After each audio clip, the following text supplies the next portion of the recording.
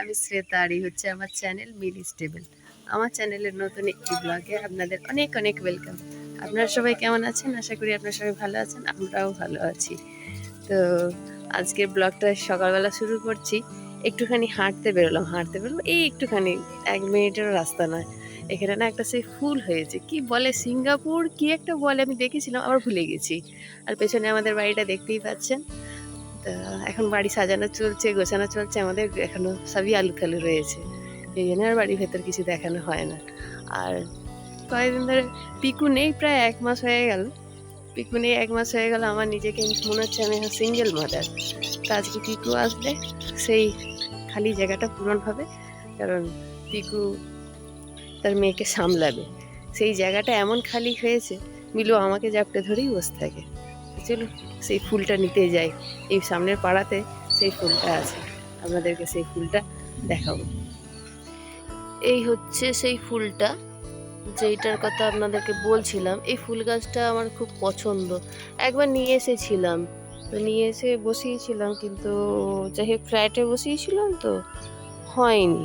আমার শাশুড়ি মা বললো দেখো হবে না হবে না, কিন্তু একে আমি ছাড়বো না, একে আমি এই দেখুন কত ফুল হয়েছে এখানে, এই যে এইটার ডালটাই তুলে নিয়ে যাও। বেশ কিছুটা ডাল নিয়ে নিয়েছি, এবার ফিরছি ঘরের দিকে, এগুলো বসাবো। এটা এই একটুখানি, এটা লতানো গাছ হয়, মানে মাটির সাথে লতিয়ে থাকে, যে উপরে ওঠে তা না, এটা মাটির সাথে নিচে নিচে শিকড় দেখতে পাচ্ছেন। চলুন ফিরি। পিকুর ট্রেন আসছে কোটায়, 7টার সময় এখানে ঢুকবে, হাওড়া মেলে আসছে। আমার বাপিও আসছে, একসাথে দুজনে মিলে একই ট্রেনে আসছে। তো বাপি ঢুকবে না, বাপির কাজ আছে, বাপি তারকেশ্বর চলে যাবে, আর পিকু আসবে। আমরা অপেক্ষায় আছি, সবাই অপেক্ষায় আছি এতদিন বাদে। আসলে ওর সাথে এমন অবস্থা ছিল যে ঠিক করে যোগাযোগও হয়নি, সেই জন্য আরও নিজেকে একা মনে হয়েছে এই সময়টাতে। তো চলুন আমাদের সাথে। এতদিনের ব্লগে তো পিকুকে আমি দেখাও নি, আপনারা দেখেছেন। ও ওর কাজে ব্যস্ত ছিল। চলুন ঘরে যাচ্ছি।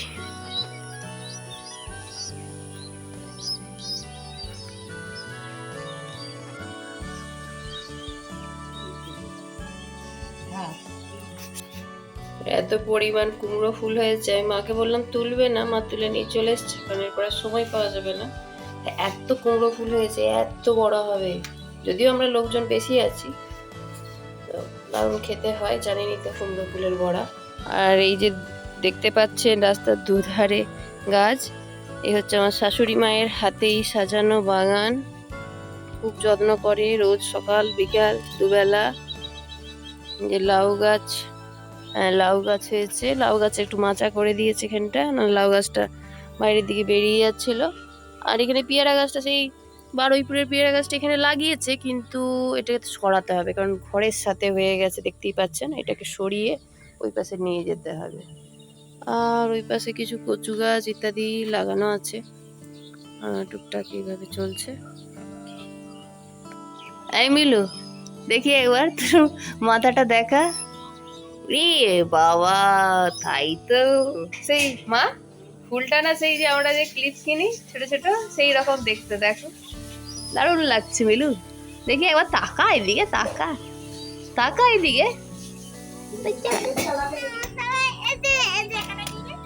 যা টাকাটা নিয়ে আয়।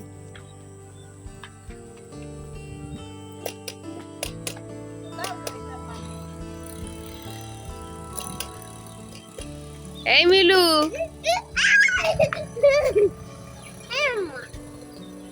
দেখ দেখ দেখ বা,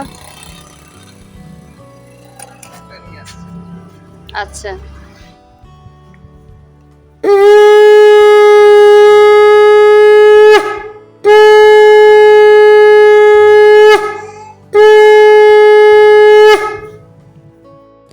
তো আমাদের বাড়িতে এখন পুকুর খোঁড়ার কাজ চলছে, দেখতেই পাচ্ছেন। তো এরপরের দিন আমরা বালেশ্বর ফিরছি। তো চলুন আবার সেই কর্মজগতে সবাই মিলে ফিরছি, মিলিরও ছুটি শেষ।